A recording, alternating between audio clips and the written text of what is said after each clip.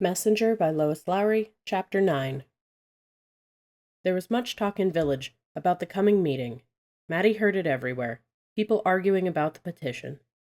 By now, some of the latest group of new ones were out and about, their sores clearing up, their clothes clean and hair combed, frightened faces eased, and their haunted, desperate attitudes changing to something more serene. Their children played, now, with the other children of village, racing down the lanes and paths in games of tag and hide-and-seek. Watching them, Maddie remembered his own child's self, his bravado, and the terrible anguish it had concealed. He had not believed anyone would want him ever, until he came to village, and even then he had not trusted in its kindness for a long time. With Frolic scampering at his heels, Maddie made his way toward the marketplace to buy some bread. "Good morning," he called cheerfully to a woman he encountered on the path. She was one of the new ones, and he remembered her from the recent welcome. Her eyes had been wide in her gaunt face that day. She was scarred, as if by untended wounds, and one arm was held crookedly, so that it was awkward for her to do things. But today she looked relaxed, and was making her unhurried way along the path. She smiled at Maddie's greeting. "Stop it, Frolic, down!" Maddie scolded his puppy, who had jumped to grab and tug at the frayed edge of the woman's skirt. Grudgingly, Frolic obeyed him. The woman leaned down to pat Frolic's head. "It's all right," she said softly. "I had a dog once. I had to leave him behind."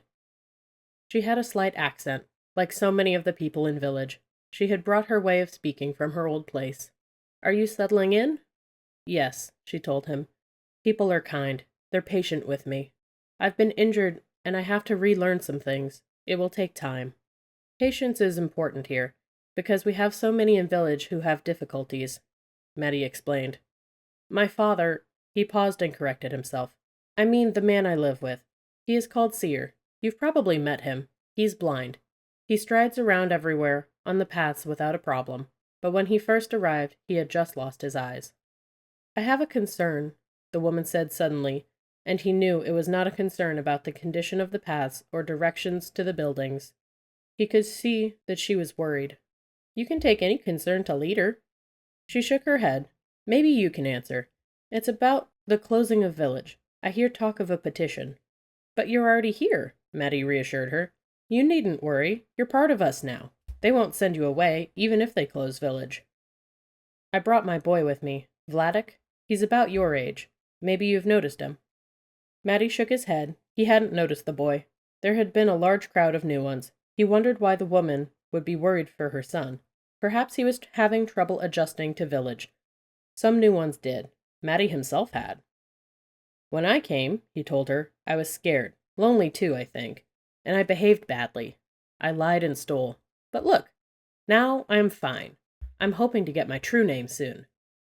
No, my boy's a good boy," he said. "He doesn't lie or steal, and he's strong and eager. They have him working in the fields already, and soon he'll go to school." "Well then, no need to worry about him." She shook her head. "No, I don't worry about him. It's my others. I brought Vladik, but I had to leave my other children behind. We came first, my boy and I, to find the way. It was such a long, hard trip. The others are to come later, the little ones. My sister will bring them after I have made a place here." Her voice faltered, but now I hear people saying that the border will close. I don't know what to do. I think maybe I should go back, leave Vladik here to make a life, and go back to my little ones. Maddie hesitated. He didn't know what to say to her. Could she go back? She had been here only briefly, so it was not yet too late. Surely Forrest would not entangle the poor woman yet. But if she did, what would she go back to? He didn't know how the woman had been injured, but he knew that in some places, it had been true too, in Maddie's old place, people were punished in terrible ways. He glanced at her scars, at her unset broken arm, and wondered if she had been stoned. Of course she wanted to bring her children to the safety of village. "They'll be voting tomorrow," Maddie explained.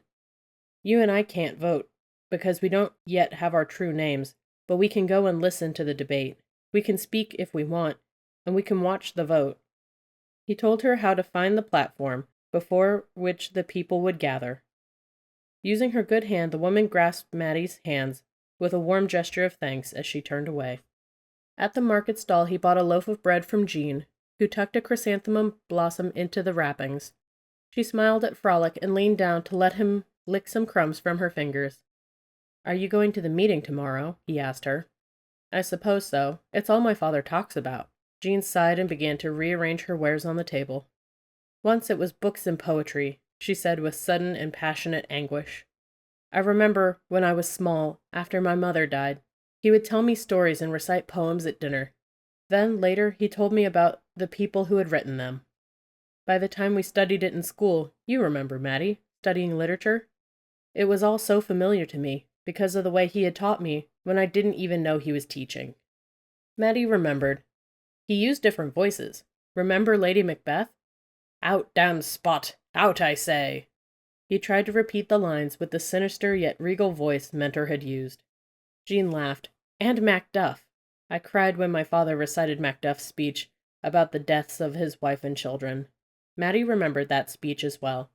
Standing by the bakery stall with Frolic scampering about at their feet, Maddie and Jean recited the lines together. "All my pretty ones. Did you say all? Oh, hellkite, all? What, all my pretty chickens and their dam? At one fell swoop?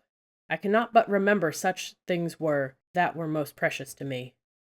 Then Jean turned away. She continued restacking the loaves on her table, but clearly her thoughts were someplace else. Finally she looked up at Maddie and said in a puzzled voice, "It was so important to him, and he made it important to me, poetry and language, and how we use it to remind ourselves of how our lives should be lived." Then her tone changed and she became embittered. "Now he talks of nothing but Stocktender's widow, and of closing village to new ones. What has happened to my father?" Maddie shook his head. He did not know the answer. The recitation of Macduff's famous speech had reminded him of the woman he had spoken to on the path, the woman who feared for her lost children's future. All my pretty ones. Suddenly he felt that they were all of them doomed. He had forgotten completely about his own power. He had forgotten the frog.